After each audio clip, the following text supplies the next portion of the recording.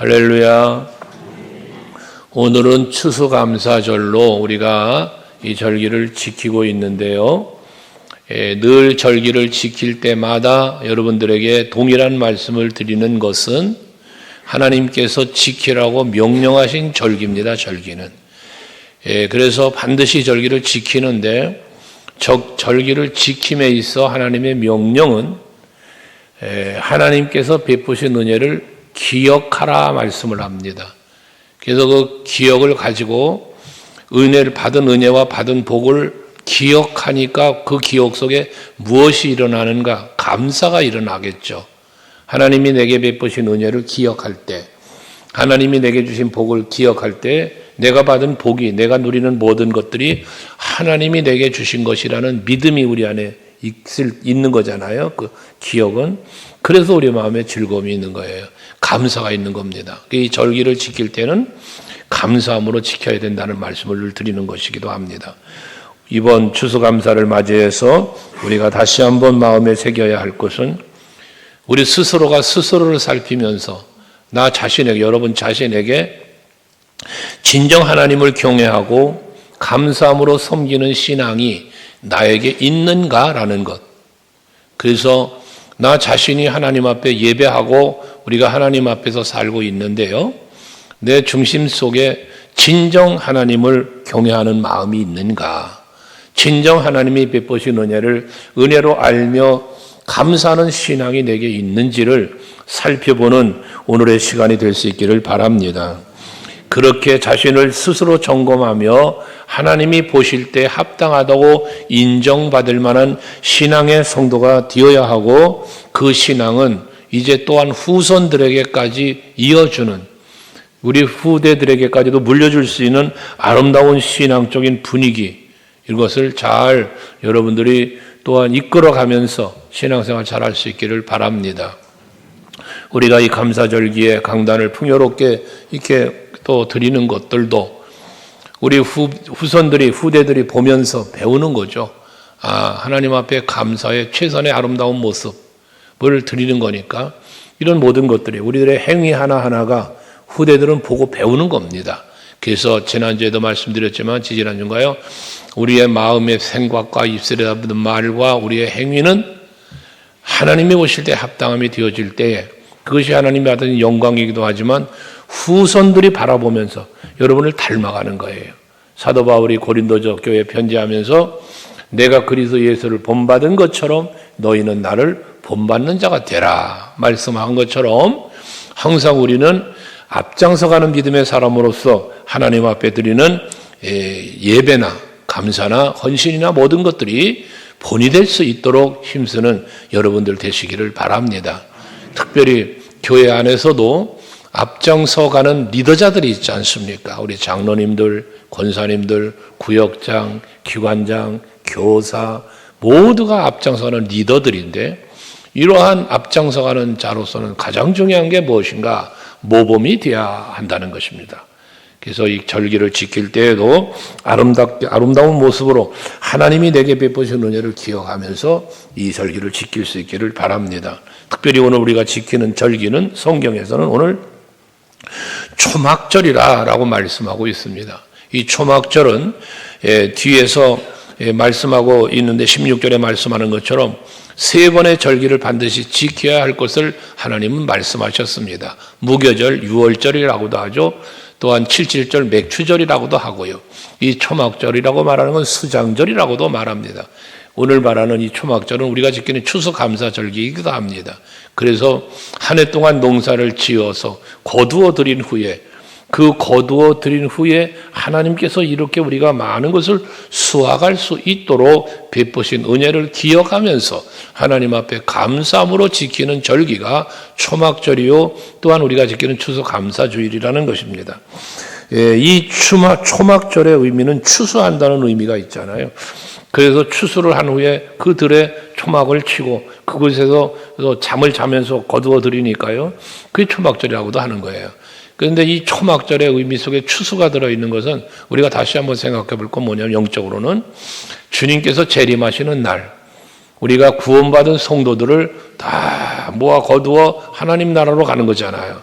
이런 의미까지도 함축하고 있어요. 그래서 마태복음 24장 31절 말씀에 이 추수할 것에 대한 말씀을 하는 거예요. 거기 보면 그가 큰 나팔 소리와 함께 천사들을 보내니 주 예수의 재림의 날을 말하는 거잖아요. 그들이 그의 택하신 자들을 하늘 이 끝에서 저 끝까지 사방에서 모으리라. 이게 영적인 추수를 말하는 거예요. 우리는 이러한 추수감사절을 지킬 때 왜 해마다 추수감사주일이면은 전도의 대상자를 초청해서 함께 예배하자고 여러분에게 해마다 추수감사주일을 우리가 총동원 전도주일로 선포하고 가잖아요. 바로 그런 의미입니다. 여러분들께서 한 해 동안 곡식만 수확하는 게 아니라 영혼의 수확도 할 수 있어야 되겠다는 의미에서 매 해마다 추수감사주일이면 총동원 전도를 한번 해보자라고 말씀을 늘 드리는 겁니다. 우리는 육체적인 것만 수확하는 게 아니라 영적인 것도 거둬들일 수 있는 이러한 우리들의 마음 자세, 영으로 육으로 하나님 앞에 감사함으로 영광 돌릴 수 있어야 된다는 거예요. 특별히 이 절기를 지킴에 있어서는 15절 보면 앞에 보면 내 하나님 여호와께서 택하신 곳에서라는 말씀을 합니다. 내 여호와 하나님께서 택하신 곳에서라고 하는 말씀. 이건 뭐냐? 우리가 하나님 앞에 감사를 드릴 때에는 하나님 앞에서라는 거예요. 하나님 앞에서. 하나님께서 택하신 곳은 성전입니다. 하나님께서 세우신 예수께서 내가 내 교회를 세우시겠다고 마태복음 16장 18절 말씀하는 것처럼 하나님이 정해 주신 곳, 하나님이 택하신 곳, 하나님이 세우신 곳, 내 이름을 두겠다고 하신 곳, 이 성전이에요. 그러니까 우리는 그 하나님 앞에 나와서 하나님 감사하는데 대상이 누구냐? 하나님께예요. 하나님 앞에서 하나님께 우리는 이 감사의 절기를 지키는 것이다 그 말씀입니다. 세상 사람들은 이러한 절기를 하나님 앞에서 하나님께가 아니라 사람들끼리 모여 사람들끼리 즐기는 그러한 절기를 보내는 경우가 많이 있습니다. 해외에서 보면 추수감사절이 되면 칠면조를 먹는다. 가족끼리 모여서 파티를 한다. 이런 게 추수감사절의 하나의 어떤 연례적인 저들의 행사입니다. 무슨 할로윈 그걸 축제를 한다. 우리나라도 막 그런 일 때문에 대형 사고들이 나고 그랬지 않았습니까? 이게 잘못된 풍습으로 세속화되어가는 하나님의 절기입니다. 우리가 성탄절도 이제 곧 오겠지만 성탄절이 되면 제일 먼저 생각나는 게 뭡니까? 산타크로스 할아버지가 돼버리고 말았어요. 성탄절에 예수가 생각이 나야 하는데 산타크로스 할아버지가 생각나는 그런 교회, 그런 세상이 돼버리고 말았다는 거예요. 추수감사절도 마찬가지입니다. 추수감사절 하면 칠면조고기가 생각나는 게 아니고 호박죽이 생각나는 게 아니라 추수감사절에는 하나님의 은혜가 생각이 나야 된다고 말씀입니다. 우리가 지키고 있는 이런 감사의 절기, 또 뭐 메이플라워호도 얘기하잖아요. 그 영국의 청교도들이 메이플라워를 타고서 그리고 그 2개월 동안 거친 항해를 하고 그리고 미국의 땅에 도착했을 때 뭐 폐결핵도 걸리고 막 그래서 굶주려 가지고 44명이나 죽었다. 막 그런 어려운 상황에서도 통나무를 베서 교회를 건축하고 학교를 짓고 나중에 마지막에 자기들의 집을 지었다. 그래서 저들이 지은 고든 수확을 가지고 하나님 앞에 절기를 지키게 추수감사절이다. 그런 얘기들도 많이 해요. 감사절의 유래에 대해서. 여러분 아닙니다. 메이플라워호가 영국의 청교도가 추수감사절기의 유래가 아니고요. 성경이 유래입니다. 하나님의 명령이요 하나님의 말씀이 유래입니다. 그러므로 우리는 이 절기를 지키는 것이 어떤 세속적인 방법으로가 아니라 진정 하나님이 내게 주신 은혜를 기억하면서 감사로 지켜야 된다는 말씀을 드리는 거예요. 우리를 오늘 말씀의 14절에 보면 절기를 지킬 때에는 이라는 말씀을 하고 있는데요. 이 말씀을 따서 오늘 제목을 절기를 지킬 때라는 제목으로 말씀을 나누는 겁니다. 여러분들 정말 이 절기를 지키기 오늘 추수감사주일뿐만 아니라 모든 절기가 동일합니다. 6월절, 무교절 마찬가지고요. 77절이나 맥주감사절이 지키는 그것도 마찬가지입니다. 모든 절기는 하나님께서부터 내게 베풀어 주신 은혜를 늘 기억하면서 감사하는 마음을 갖고 이 절기를 지키는 것이 가장 우선되어야 한다는 것입니다.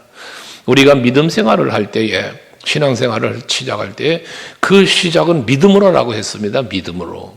그런데 믿음으로 우리가 구원받았고 믿음으로 우리 신앙생활은 시작되는데 그 믿음의 본질 무엇을 믿습니까? 우리가 믿음의 생활의 시작에 그 믿음에 무엇을 믿는 겁니까? 하나님의 은혜를 믿는 겁니다. 십자가 사랑을 믿는 거예요. 그러니까 우리의 믿음의 본질은 성경이라고 말씀을 드리는데, 근데 그 핵심 뭐예요? 십자가라고 그랬잖아요. 그게 하나님의 은혜와 사랑입니다. 이걸 믿는 겁니다. 절기를 지키는 것도 동일한 겁니다. 여러분들께서 하나님이 내게 주신 은혜를 믿으니까, 궤부시로 주신 사랑을 믿으니까, 내가 누리고는 모든 복은 하나님이 내게 주셨다는 사실을 믿으니까요. 그 믿음이 기억나면서, 그 믿음으로 그걸 기억하면서 하나님 앞에 감사로 제사를 드려야 된다는 것이거든요. 근데 은혜를 잊어버리는 게 늘 감사를 잃어버리는 게 되는 거예요. 이스라엘 백성들요, 애굽에서 떠나 나왔어요. 출애굽을 했습니다. 자유가 주어진 거예요. 노예 생활을 하던 그들이 자유가 주어졌어요. 그 출애굽을 하면서부터 가나안에 들어가기 전까지 광야 생활 동안에 이스라엘 백성들의 많은 말들이 있는데요. 그 말들의 핵심을 들여다보면, 본질을 들여다보면, 한마디로 말하면 이스라엘 백성들의 입에 늘 담겼던 말이 무엇이냐? 한 단어를 생각해 보라고 그러면 불평입니다. 불평. 이스라엘 백성들의 입에 늘 불평이 담겼지 감사가 담긴 적이 없어요. 감사는 누가 했습니까? 모세가 감사했고, 여러분 많은 리더자들이 감사를 했지, 백성들은 매일 불평만 했어요. 불평만. 그 불평에 익숙해져 있는 거예요. 물이 없어 목마르면 물 없다고 불평을 합니다. 매일 아침 만나를 내려주시는데도 불구하고 고기가 먹고 싶다고 불평을 합니다. 광야 생활에서 자유가 있고 하나님의 보호와 인도함이 있음에도 불구하고 조금만 불편하면 애굽이 좋았는데 애굽으로 가고 싶다, 이런 불평까지도 했습니다. 이게 무엇을 말하는 것입니까? 하나님이 베풀어 주신 은혜를 은혜로 알지 못하기 때문에 그런 것입니다.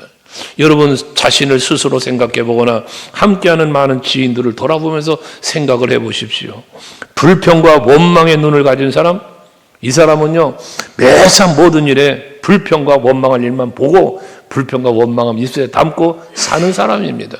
그러니까 불평에 익숙해져 있는 거예요. 왜 그 사람은 늘 불평하며 살까? 왜 늘 원망하며 살까? 부정적인 생각과 말만 하고 살까? 그 속에, 머릿속에 불평이 가득 차 있는 거예요.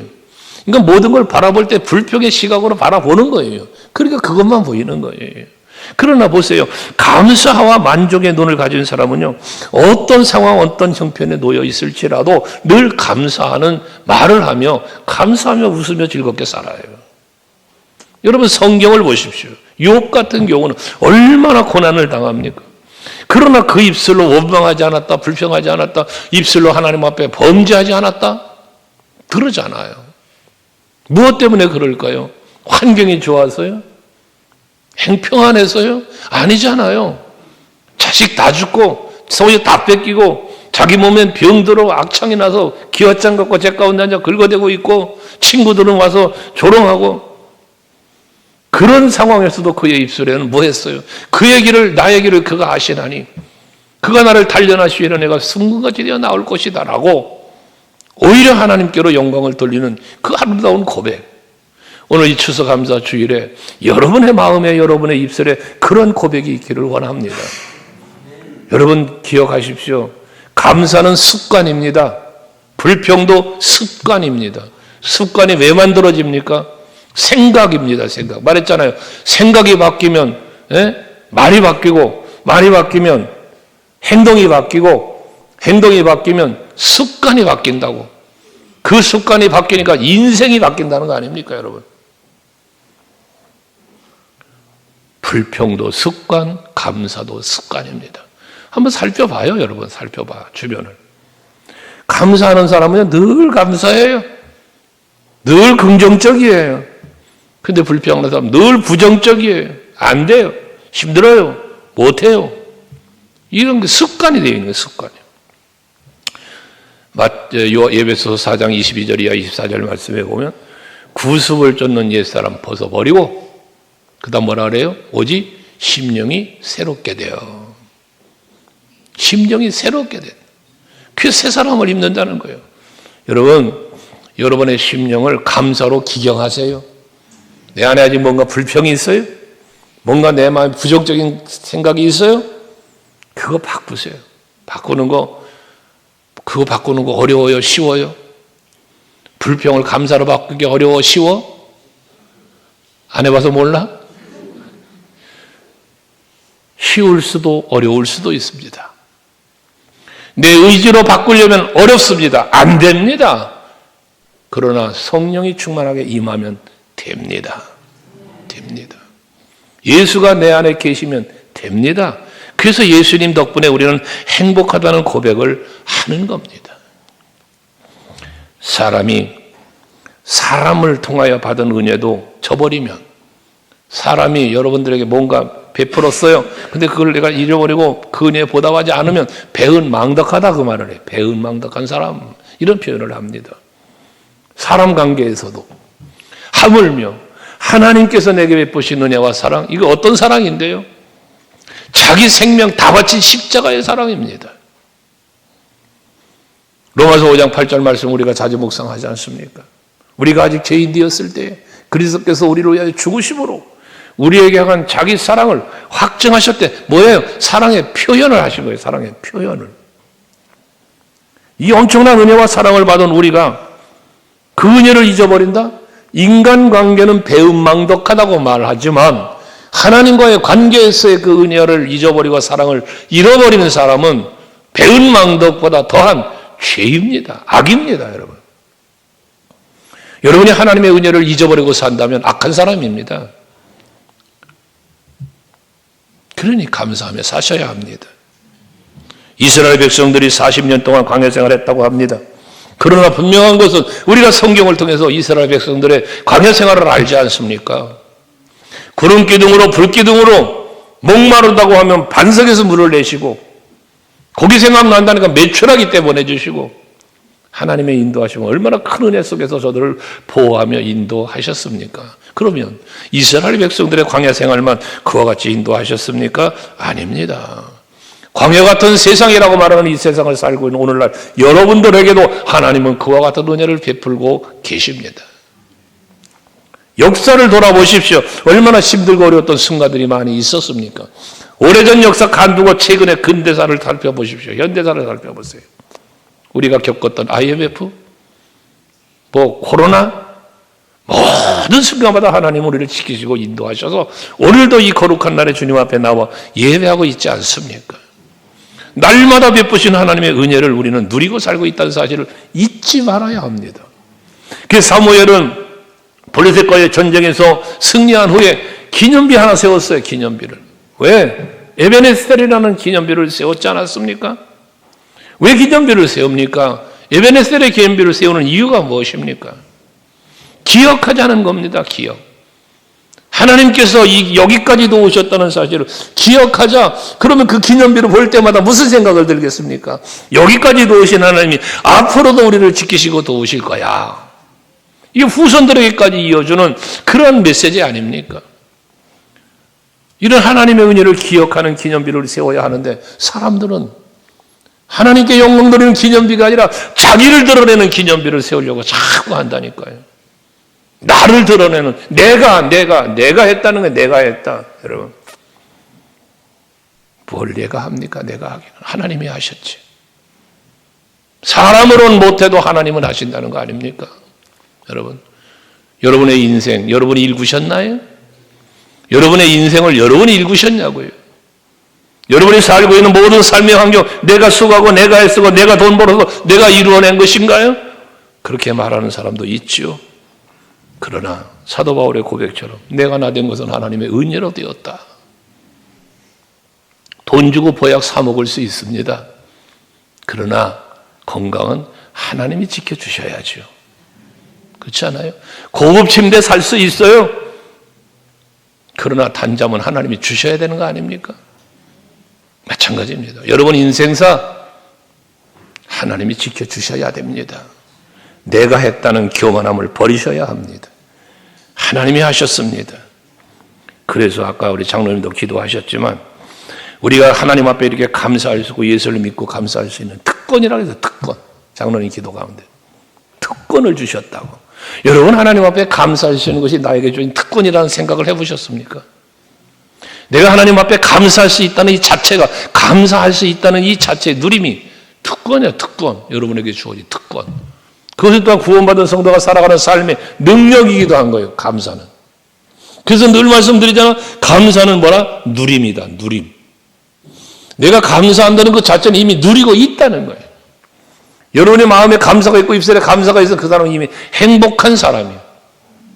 근데 내 마음에 불평이 있고 원망이 있고 내 입술에 부정이 있고 그 불평이 있으면 그 사람은 이미 불행한 사람이에요. 근데 놀라운 것은 자기 자신이 불행하고 자기 자신이 행복하고 갈림길은 자기 자신에게 있는 것처럼 내가 일부에 그런 말을 했어요. 내가 얼굴에 환한 미소를 띄우며 감사의 말, 긍정의 말을 쏟아내면 나만 행복한 게 아니라 그걸 바라보는 사람도 행복하다고. 그렇지 않아요, 여러분? 옆 사람 얼굴 좀 한번 쳐다봐봐, 한번. 네. 얼굴을 쳐다보는 순간 내 마음이 행복해요, 거시기 해요. 행복해요. 저 사람을 볼 때 내가 행복해. 저 사람의 말을 들으면 참 내 마음이 평안해. 라고 생각하고 말할 수 있는 것처럼 나 또한 그에게 그런 사람이 되어야 되지 않겠어요? 인간관계가 하나님과의 관계도 마찬가지예요. 여러분의 생각이, 여러분의 입술의 말이, 여러분의 삶의 행위가 감사함으로 하나님 그걸 기뻐하시는 거예요. 감사가 만약에 없다면 그 사람은 은혜를 누리지 못하는 사람이에요. 감사의 그 가치가 얼마나 소중한 것을 모르는 사람이 살아가는 삶의 모습인 것입니다. 여러분 하루하루를 사시면서 얼마나 감사하며 사십니까? 아침에 떠오르는 태양을 보며 감사해 보셨습니까? 피어있는 꽃 한 송이를 보며 감사해 보셨습니까? 맛있는 과일을 드시면서 감사해 보셨습니까? 감사하며 살 수 있는 여러분이 되셔야 해요. 시편 50편 23절 말씀에 보면 감사에 대한 말씀이 나오는데 여기서 우리가 세 가지 교훈을 받아야 돼요. 이 시편 50편 23절 말씀 속에서 우리가 받을 수 있는 교훈이 세 가지가 들어있어요. 이 안에 같이 한번 시작. 감사로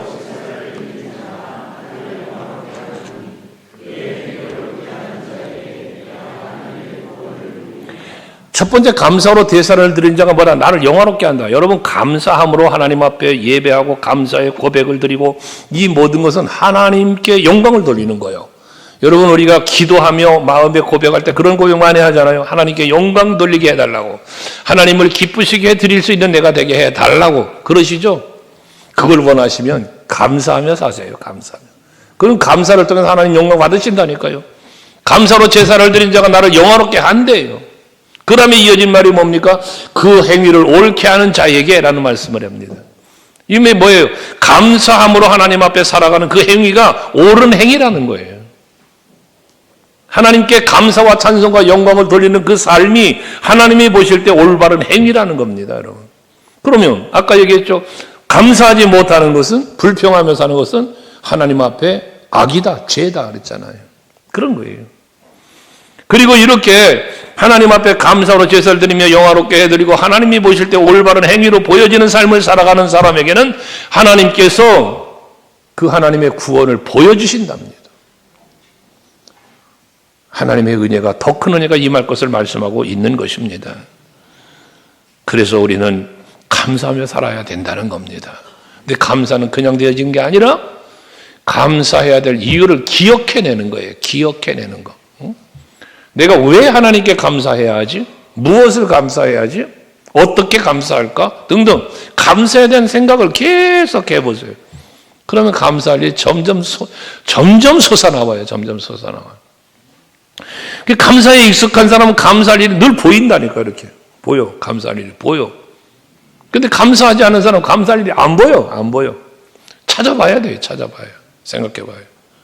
우리 소감교회 성도들은 눈만 떠도 감사할 일이 보이고 입만 열면 감사가 고백되고 삶의 모든 행위 속에는 하나님이 영광 받으실 만한 삶의 제사가 드려지는 여러분들 수 있기를 축원합니다.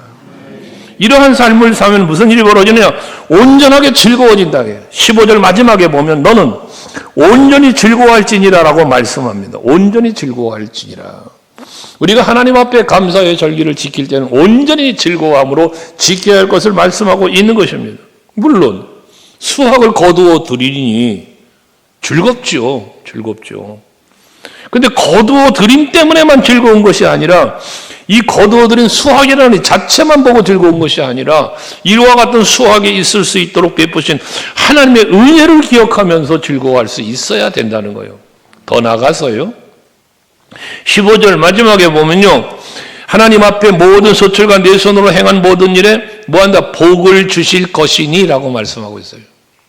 그러니까 여호와 하나님께서 택하시고 여호와 하나님께서 그 정해주신 곳에 나와서 감사함으로 우리가 제사를 드리며 하나님께 감사하며 영광 돌리며 살면 하나님은 또 이후에 더 큰 은혜와 복을 주실 것이라는 거예요. 이게 하나님 약속입니다. 그러니까 온전히 즐거워하라는 거예요. 이미 받은 것 때문에도 즐겁고 또 그 받은 은혜에 대해 감사하고 하나님 앞에 영광을 돌리니 더 큰 은혜와 더 큰 복을 주실 것이니 더 즐겁고 그게 온전히 즐거움이라는 것입니다.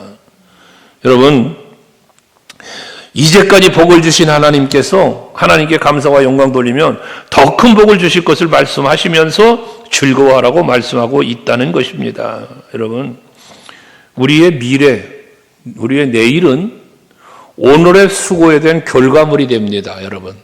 여러분의 미래는요, 오늘을 살고 있는 여러분의 삶을 통한 여러분에게 주어지는 미래예요. 그러니까 내가 에베네셀 하나님 아까 얘기했지만 여기까지 도우시며 은혜 베푸시고 복 주신 하나님을 기억하면서 하나님께 감사와 영광을 돌리는 내가 되어지면 이후의 삶이 그에 합당한 복으로 이어진다는 얘기예요. 말했잖아요. 여러분의 입술에 담는 말은 여러분의 미래라고. 내 입술에 긍정의 말을 담고 감사의 말을 담아 앞으로 감사할 일이 생겨지는 거예요. 근데 입술에 부정을 담고 불평을 담으면 그런 일이 생기는 거예요. 민수기 14장에서 너희들이 한 말한 대로 내가 해주겠다는 하나님의 말씀처럼요. 그러니까 여러분 입술의 말을 제발 긍정의 말, 감사의 말, 칭찬의 말, 사랑의 말, 격려의 말 많이 담고 사세요. 부정적인 말 하지 말란 말이에요. 내 삶이 부정적이 되어버린다니까요. 말은 미래예요. 여러분 생각, 여러분 감사, 하나님 앞에 드리는 예배, 이 모든 것은 여러분의 미래를 좌우하는 거예요. 우리는 영원한 하나님의 나라를 바라보며 사는 사람들이에요. 이 땅이 전부가 아닙니다, 여러분. 이 땅이 전부가 아니고 하나님 나라가 여러분에게 기다리고 있어요. 이 땅의 삶은요. 오늘이 이 땅의 삶의 마지막일 수 있어요, 여러분. 내일이 여러분에게 어떻게 보장됩니까? 육체적으로 사는 게요. 예? 보장할 수 없는 거예요, 여러분. 아침에 박순석 권사님 나오셔서 참 기도해드렸지만 넘어지면서 내일을 다칠 뻔했는데 다행스럽게 말 그대로 다행스럽게. 예? 여러분 그렇잖아요. 아침에 다녀오겠습니다. 나간 사람이 집에 못 돌아오는 경우가 얼마나 많아요, 여러분. 집을 나섰는데 웃으며 나섰는데 저녁에 안 돌아와. 연락이 왔는데 이 병원 영안실에 가 누워 앉아 있는 이런 일들 겪으신 분들이 있잖아요.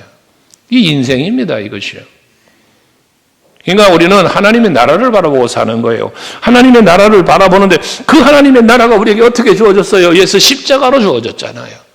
그러니 엄청난 은혜와 사랑을 어찌 우리가 잊어버리고 살아요? 잠시 머물다 가는 세상인데 왜 세상에 매여 육체에 매여 환경에 매여 그것 때문에 불행해하고 그것 때문에 불안해하고 살아가야 하느냐고 말입니다. 우리에겐 하나님의 나라가 있습니다.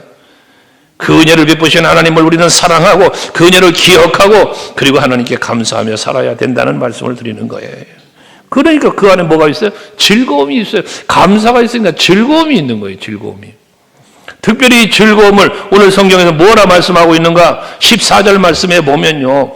절기를 지킬 때는 너와 내 자녀와 노비와 내 성중에 거주하는 레위인과 객과 고아와 과부와 함께 즐거워하라고 말씀하고 있습니다. 소외된 사람들, 불쌍한 사람들 돌아보면서 저들과 더불어서 이 출세 기쁨을 나누라는 거예요. 명절이 수학의 철이 되면 더더욱 그렇게 절기를 지켜야 된다는 거예요. 레위기서 19장에 보면 추수할 때 어떻게 추수해야 될 것을 하나님 말씀하신 게 있어요. 곡식을 거두어들을 때 다 이삭을 거두지 말고 남겨두라는 거예요. 남겨두어라. 왜? 고아나 과부나 불쌍한 사람들이 자기 소유가 없는 사람들이 자기 토지가 없는 사람들이 와서 그 이삭을 주워갈 수 있도록 하나님 그런 자비를 베풀 것을 말씀하여 주시고 있습니다. 날마다 일하는 것도 복이지요. 벌어들이는 것도 복입니다. 많은 소득을 거두는 것도 복입니다. 그러나 그것을 하나님이 내게 주신 은혜임을 기억하며 감사함으로 나누고 섬기고 베푸는 것, 이게 여러분 또한 우리의 즐거움이 되고 기쁨이 될 수 있다는 사실인 것입니다. 받는 것도 즐겁죠. 행복하죠, 받는 거. 근데 베풀고 나누어 줘보면 그 기쁨은 더 크다는 사실을 아시지 않습니까, 여러분? 이렇게 강단에 여러분들이 드린 것들로 충만하게 채워서 우리가 하나님 앞에 예배를 드리는데요. 이런 모든 것들도 마찬가지잖아요. 여러분 아시겠지만 여기 드려진 모든 것들은 우리 주변에 힘들고 어려운 교회들을 다 돕습니다. 조금 어려우신 분들 전부 이거 전부 나눠줍니다. 오늘 이 예배가 끝나고 나면 전부 정리해서 전부 나누어 줍니다. 제가 쌓아놓고 먹는 거 아닙니다, 여러분. 모두 나누어 주는 겁니다. 우리가 돕고 있는 교회들, 시찰례 교회들 다 나눠주는 거예요. 먼 곳에 돕는 교회는 포장해서 박스에 싸서 택배로 보내줘서라도 보냅니다. 베푸는 거죠. 나누는 거죠. 우리가 거저 받은 은혜이기 때문에 거저 나눌 수 있는 그런 아름다운 신앙이 우리에게 있어야 되는 거예요. 우리가 항상 기억해야 되는 것은 그렇지 않습니까? 초대교회를 사도행전 교회처럼 성령이 역사하는 교회를 만들자고 우리가 슬로건을 가고 있는데 그 다 돌아보는 거예요. 사도행전 교회가 어떤 교회였습니까? 사도행전 4장 34절 35절 말씀에 보면 그 사도행전 교회는요, 가난한 자가 없었대요. 가난한 사람이. 왜 가난한 사람이 없습니까? 있죠.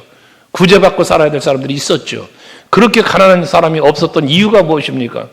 왜? 이는 밭과 집이 있는 사람들이 팔아서 그 판 것을 값을 가져다가 어떻게 했습니까? 사도들 앞에 다 갖다 놓았어요. 그러니까 사도들이 그걸 참 나눠줬어요. 그러니까 가난한 사람이 없었다는 거예요. 베푸는 자가 있었기 때문에 그랬다는 사실을 말씀해주고 있는 것입니다. 그렇기 때문에 추수감사절의 기쁨을 나와 내 가족끼리만 감사하며 누리는 것이 아니라 주변을 돌아보아 소외되고 외로운 사람들을 살펴보아 그들에게도 나눌 수 있는 감사의 절기가 될 수 있도록 하는 여러분 모두 될 수 있기를 바랍니다. 또한 마지막으로 17절 말씀에 보면 각 사람이 네 하나님 여호와께서 주신 복을 따라 그 힘대로 드릴지니라고 말씀하고 있습니다. 여기 두 가지 말을 하고 있습니다. 주께서 주신 복을 따라라고 말합니다. 주께서 주신 복을 따라. 이 말은 뭐예요? 내가 하나님께 어떤 복을 받았는가를 헤아려야 되는 것이고 그 헤아림 속에서 그 다음에요 힘대로 드릴지니라고 말씀합니다. 하나님 앞에 절기를 지킬 때는 첫째 내가 받은 복을 헤아려야 되고 둘째 그것을 받은 것을 헤아렸다면 힘대로 받은 은혜에 마땅하게 최선을 힘대로라는 말은 최선을 다해야 하라는 말씀입니다. 하나님은 여러분에게 간혹 말씀드렸지만 하나님께서는 우리가 드리는 드림에 어떤 양 최고를 원하시는 하나님이 아니고 뭘 원하시는가? 최선을 원하신다는 거예요. 최선. 그래서 성전의 연복의 옆에 계시던 예수께서 부자의 연보와 과부의 두렙돈의 연보를 보시며 두렙돈의 여인의 드림을 말씀하시지 않았습니까? 부자는 자기의 소유의 일부를 드렸지만 이 과부는 생활비 전부를 드렸다고. 무엇을 얘기하는 겁니까? 최고를 하나님 보시는 게 아니라 최선을 보고 계신 하나님을 말씀하는 거예요. 여러분들 하나님 앞에 얼마나 최선을 다하여 하나님 앞에 드리고 있는가를 생각해 보셔야 합니다. 그 최선이라고 하는 것은 무엇으로 우러져 나오는 것이냐? 믿음에서 우러나오는 거예요. 믿음에서. 아벨의 제사와 가인의 제사는 하나는 연락되고 하나는 연락 안 됐습니다. 무슨 차이라 히브리 기자의 증언을 보면 믿음으로라고 했어요. 믿음으로. 여러분 우리는 기억해야 돼요. 아나니아 삽비라 같은 사람 사도행전 5장에 보면 자기 재산을 팔아도 절반이나 들었대. 절반이나. 금액적으로 얼마나 많은 것이 없겠습니까? 많은. 하나님은 오히려 그를 죽여버리셨어요. 죽여버리셨어요. 무엇을 말하는 겁니까? 믿음으로, 중심으로, 진실로, 정직함으로 하나님 앞에 드리는 것이 하나님의 받으심이다 그 말입니다. 최고를 만약에 하나님 생각한다면 우리 하나님 앞에 어떻게 쓸까요? 어떻게 쓸까요? 여러분들 한번 헤아려 보십시오. 여러분이 하나님 앞에 최고의 예물 얼마나 드려보셨습니까? 여러분 하나님 앞에 10억을 드려보셨나요? 1억 드려보셨나요? 1000만 원 드려보셨나요? 100만 원을 드려보셨나요? 최고의 금액으로 말한다면 여러분 만약에 최고를 따지는 하나님 앞에 선다면 다 부끄러울 거예요. 얼마를 드려보셨어요? 최고의 금액을 하나님 앞에 11조가 됐든 감사가 됐든 헌신의 예물이 됐든 얼마의 최고의 예물을 들어보셨냐고요. 그러나 우리는 최고가 아닌 최선을 생각해 본다면 내게 있는 중에 내가 드릴 수 있는 최선을 드렸다면 하나님 앞에 그 액수가 작을지라도 부끄러운 게 아닙니다. 여러분 오늘 추수감사 주일에 드리는 여러분들의 예물 그 예물 속에 얼마나 들어있을까 지금. 중요한 것은 그 액수가 얼마냐라는 금액보다도 얼마나 내가 최선을 다한 예물을 드렸느냐. 마치 잔치집에 부조금 하듯이 형식적으로 의식적으로 드리는 예물이라면 하나님이 그걸 과연 받으실까라는 겁니다. 언젠가 말씀드렸죠. 나는 드렸지만 하나님이 받으시냐고 말이에요. 나는 드렸어. 예배 드렸어요. 기도 드렸어요. 예물 드렸어요. 몸을 헌신을 했어요. 하나님 앞에 드렸어요. 우리가 많은 거. 그러나 중요한 게 뭐냐? 나는 드렸는데 하나님이 받으시냐고 말이에요. 우리는 이런 부분을 생각해 보셔야 된다는 겁니다. 내가 드렸다고 끝이 아니에요. 하나님이 받으셔야 되는 거예요. 우리는 예배도 예물도 헌신도 모든 것이 하나님께서 연락 받으실 만한 것으로 드려질 때 그것이 하나님 받으시는 거고 하나님이 받으셔야 그에 합당한 은혜와 복도 채워주시는 것 아니겠습니까? 형식적인 거. 여러분 바리새인의 기도를 하나님 기뻐하지 않았잖아요. 거 부족하고 죄인이라고 말하는 세례 기도를 들으시 칭찬하신 예수님의 기도를 알잖아요. 우리는. 여러분의 중심이 하나님께로 향할 수 있어야 됨을 말씀드리는 겁니다. 언제나 하나님 은혜와 복을 주시고 감사하기를 원하셨던 하나님. 근데 놀라운 것은 복을 주시고 감사할 때 더 큰 복을 주심을 약속하시는 성경이 말씀이 교훈이 그렇잖아요, 여러분. 말라기서 3장 10절에 보면 11조에 관한 얘기가 대표적으로 들어봐도 그렇잖아요. 오늘 보면 15절도 마찬가지고요. 예? 거기 보면 뭐라고 그랬습니까? 만군의 여호와의 말씀이라고 말하기를 온전한 11조라고 말씀하죠. 온전한 11조를 창고에 들여 나의 집에 양식이 있게 하고 그것으로 나를 시험해서 내가 하늘문을 열고 너희에게 복을 쌓을 곳이 없도록 붓지 않아 보라. 내 말은 뭡니까? 부어주시겠다는 거잖아요. 하나님의 요구는 뭐냐면 하나님 앞에 드리는 최선, 감사의 진정한 마음 이걸 하나님 요구하시는 거예요. 그리할 때 하나님은 더 많은 걸 부어주실 것을 약속하시는 분이 하나님이에요. 여러분들에게 무엇인가 여러분 하나님이 돈이 없어 재물을 드리랍니까? 하나님이 사람이 없어 여러분 봉사하라 합니까? 그렇잖아요, 여러분. 돌들을 들어서도 하나님을 찬송케 할 수 있는 분이 여호와 하나님이라고 그랬어요. 하나님은 물에서 유를 창조해내신 분이세요. 흙으로 빚어 인간 만드셨어요, 여러분. 그런 하나님이시거든요. 그런데 하나님이 능력이 없어 여러분 쓰시려고 합니까? 가진 것이 없어 여러분이 하나님 앞에 드리라 합니까? 아니라는 거죠. 베푸신 은혜를 기억하며 그 하나님과의 관계 속에서 정말 감사함을 잊지 않고 살아가는 우리들을 하나님이 바라고 원하는 거예요. 그래서 너희에게 내가 요구하는 게 무엇이냐? 신명기 10장 말씀하는 것처럼 첫째가 말씀하는 내가 너에게 요구하는 게 뭐냐? 여호와를 경외하며 하나님을 경외함을 바라는 거예요. 경외함을. 하나님 앞에 감사하지 못한 왜 죄라고 말했는가? 아까 말라기서 3장 10절을 봤지만 3장 9절에 보면요. 이스라엘 백성들에게 하나님 말씀하신 건 뭡니까? 너희가 나의 것을 도둑질했다는 거예요. 나에게 도둑질했다는 거예요. 그럼 우리가 무슨 도둑질했어요? 그러니까 11조 헌물을 말씀하면서 11조 얘기를 하시는 거예요. 여러분 11조 물질만 아니라요. 여러분이 하나님 앞에 감사해야 되는데 감사하지 못해? 여러분 감사 도둑질한 거예요. 하나님을 사랑해야 되는데 사랑하지 않아? 받은 사랑 도둑질하는 거예요, 여러분. 이게 문제인 거예요, 이게. 그래서 항상 여러분들 하나님 앞에서 제일 중요한 거예요.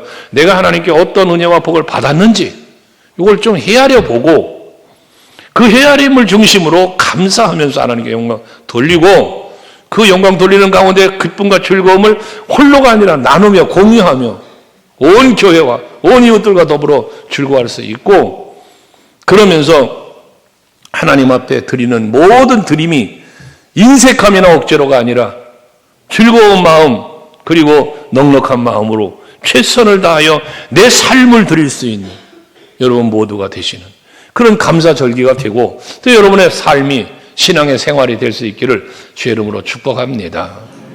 기도하겠습니다.